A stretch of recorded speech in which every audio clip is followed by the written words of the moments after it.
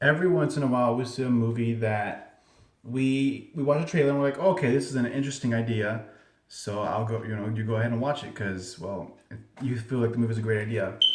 But not always is that a good thing because when you have a great idea, that doesn't mean it's going to be executed great.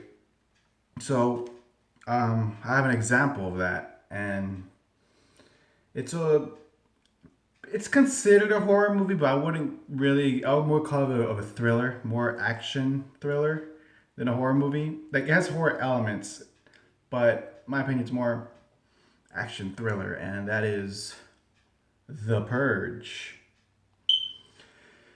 This movie has Ethan Hawke and everyone else. I don't know their names, but basically the dad's Ethan Hawke, and he builds this security thing for these houses, and they work 99% of the time. And every time in a movie, when you there's a percentage that's not 100, that small chance is gonna pan out for the movie. Basically, the security system doesn't work for the family, and what bothered me is that the whole trailer is like, okay, for 24 hours or 12 hours, whatever the fuck, all crime is legal, blah, blah, blah. You can do whatever the fuck you want.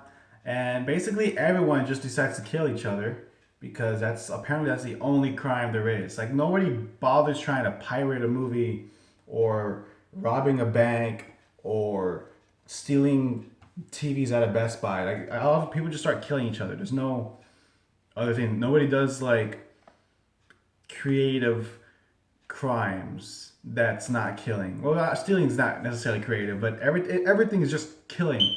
But whatever. I understand what they're going for. They just want to show people going crazy on each other. Um, I really hated how this movie took place in a house. It was just one place, solitary. Eh. I was hoping I could see other shit going on, like maybe a little bit of people stories, like, oh, what's this person gonna go through? What's this person gonna go through? This person gonna go through. Luckily, they do fix that. They do Purge Anarchy, which I think is a much superior film than The Purge. But I'm talking about the original Purge. It's a movie with a great concept and a great idea. It just doesn't know how to execute that concept. And what I don't like is that I hate movies that where it could all tie down on one thing. If this one thing didn't happen, everything could have been prevented. And basically, it's not much of a spoiler, but because that little boy decides to save the black guy's life in the house or whatever, the whole family's fucked. And it bothers me every time I watch that. And that kid, I don't know, he's just bad news. But yeah, if you want to watch a movie that you're bored by, like not necessarily a movie that you're bored by, but you're bored and you kind of just want to see something new, because this is a very original movie. Like I've never heard of this concept of a movie before this came out. But if you're one of those completionists and you can't watch The Purge 2 unless you see The Purge 1, like you have to see the beginning, even though it has almost nothing to do with the story of the second one, then I'd say go ahead and watch it. You're not gonna hate it. It's just I was let down. I didn't hate it. I was just disappointed. It's 5 out of 10. It's an average movie. It's not horrible. It's not great. It's just good idea. So that's why it's getting the 5.